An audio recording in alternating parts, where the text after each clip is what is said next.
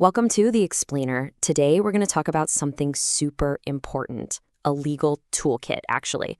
Look, if you've ever sold something and then just didn't get paid, you know how incredibly frustrating that is. So let's dig into what the law actually says you can do about it. I mean, it's pretty much a nightmare scenario, isn't it? You do your part, you ship the product, and then crickets. The money just never shows up. It can make you feel totally helpless, but here's the thing, you're not. So what are your options, really? Well, it turns out the law actually has a special name for you in this situation, the unpaid seller. And listen, this isn't just some random label. It's a legal status, and it unlocks a whole toolkit of rights. It's kind of like your legal superpower. Let's break down how it works. Okay, so first, let's talk about the seller's dilemma. This is the core problem, right? The second those goods leave your warehouse, you've basically lost your main bargaining chip. The good news is, the law gets this. It understands you're in a tough spot, and it gives you some very specific tools to help you get that control back. So here's our game plan for today. First, we'll figure out what it actually takes to be considered an unpaid seller. Then we're going to explore your two main lines of attack, the rights you have over the actual physical goods and the rights you have to go after the buyer personally. All right, so who exactly gets to be called an unpaid seller? You might think it's as simple as, well, I didn't get paid, but it's actually a bit more specific than that. The law has some clear rules, so let's see who really makes the cart. Okay, so the definition really boils down to two main situations. The first one is the obvious one, right? You just haven't received the full price. Easy. But the second one is super important to remember. You got paid with what's called a conditional payment, think a check, and that payment failed. So that bounced check, boom, it immediately puts you in the unpaid seller club. And these examples really make it crystal clear. For instance, if a buyer pays you $4,500 for a $5,000 order, yep, you're an unpaid seller. That bounced check we talked about, same deal. And this last one, this is absolutely critical. If your buyer becomes insolvent, goes bankrupt, you don't have to sit around and wait for their credit term to finish. You can act right away, immediately. All right, so you check the boxes and you are officially an unpaid seller. Now what? Well, this is where it gets interesting.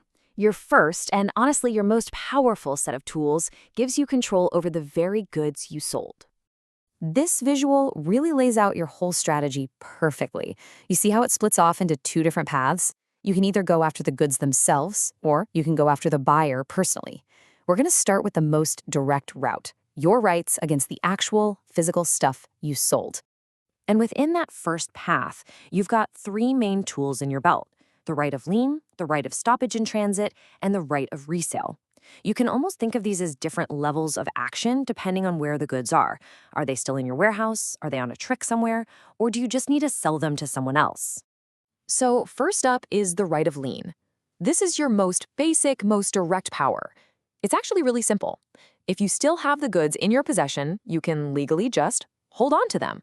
You can refuse to hand them over until you get paid the full price. That's it. For this one, possession is literally everything. But, and this is a big but, you have to be careful. This right of lien is pretty fragile. The second you hand those goods over to a shipping company, or the moment the buyer legally gets their hands on them, poof, your right of lien is gone. Once you lose possession, you lose this right. So, what happens once they're already on the truck? Okay, so the truck has just pulled away from your warehouse. Is it game over? Is all hope lost? Nope, absolutely not. This is where your second and really crucial tool comes into play.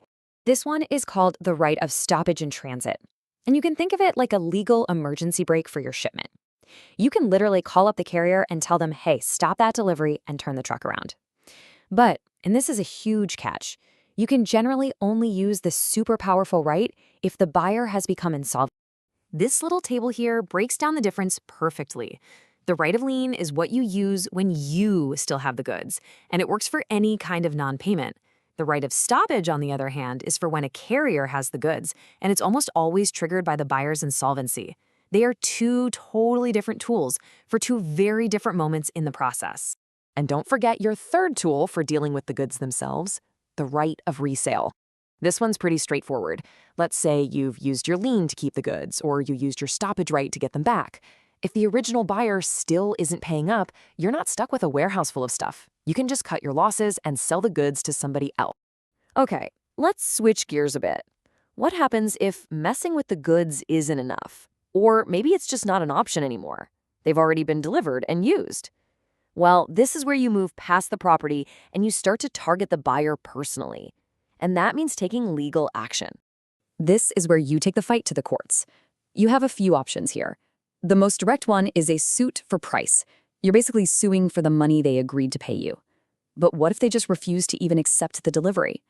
Well, then you can file a suit for damages to cover the losses you suffered because they broke the contract.